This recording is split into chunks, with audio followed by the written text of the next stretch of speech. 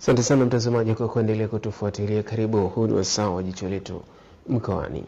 Elimu kuhusu kilimo chenye tija inayotolewa na wataalamu wa kilimo kupitia tamasha la ngoma za asili za kabila la Wasukuma maarufu Mbina za Wagika na Wagalu imebadilisha mtazamo wa wakazi wa mkoa wa Simiyu kutoka katika kilimo cha mazoea na kulima kisasa. Taarifa zaidi na Shabani Lupimo. Mbina za Wagalu na Wagika ni sehemu ya ngoma za utamaduni wa jamii ya Wasukuma ambazo huchezwa kusherehekea mavuno baada ya msimu wa mvua kutamatika. Hata hivyo, elimu kuhusu kilimo chenye tija inayotolewa na wataalamu wa kilimo kupitia tamasha la ngoma hizi imekuwa na matokeo chanya kwa wakazi wa mkoa wa Simiyu. Masunga Ngwekwe, mkazi wa Gliku wilayani Bariadi, anasimulia namna elimu hiyo ilivyombadilisha kutoka kwenye kilimo cha mazoea na kulima kisasa. Unapanda kwa kila shimo punje moja, unaweka la mahindi, lakini unakuta mavuno yako unakuja kuangalia katika ile punje unakuta mahindi yako mawili ambayo yako kwenye ile shina, na ndio maana mavuno yake inavuna mahindi mengi.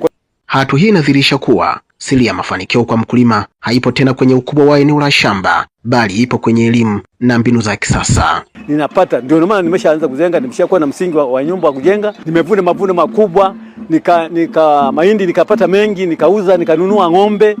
Kwa hiyo ng'ombe ninao wa maziwa, hapo natumia maziwa. Haya ni matokeo chanya ya serikali kushirikisha wadau katika sekta ya kilimo. Baya Tanzania ni miongoni mwa wadau.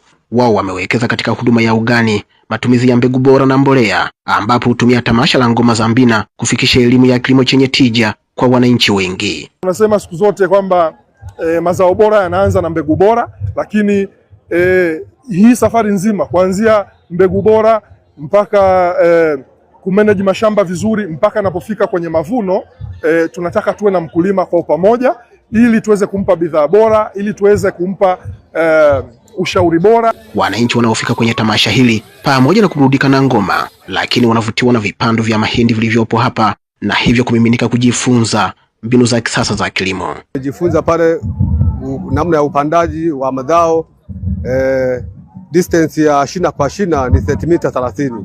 Upana ni sentimita 75. Kwa hiyo hekari moja unapanda mifuko mitano ambayo ni miche 17,000 unapata kwa hekari moja. Kwa hiyo unaweza kupata mavuno kuanzia magunia 30 hadi 32.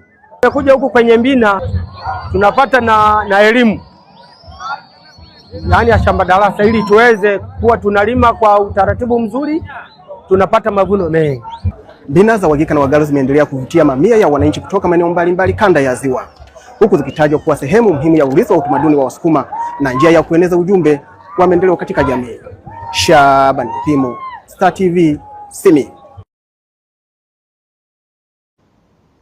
Mtazamaji, kwa taarifa hiyo tuende mapumziko mafupi.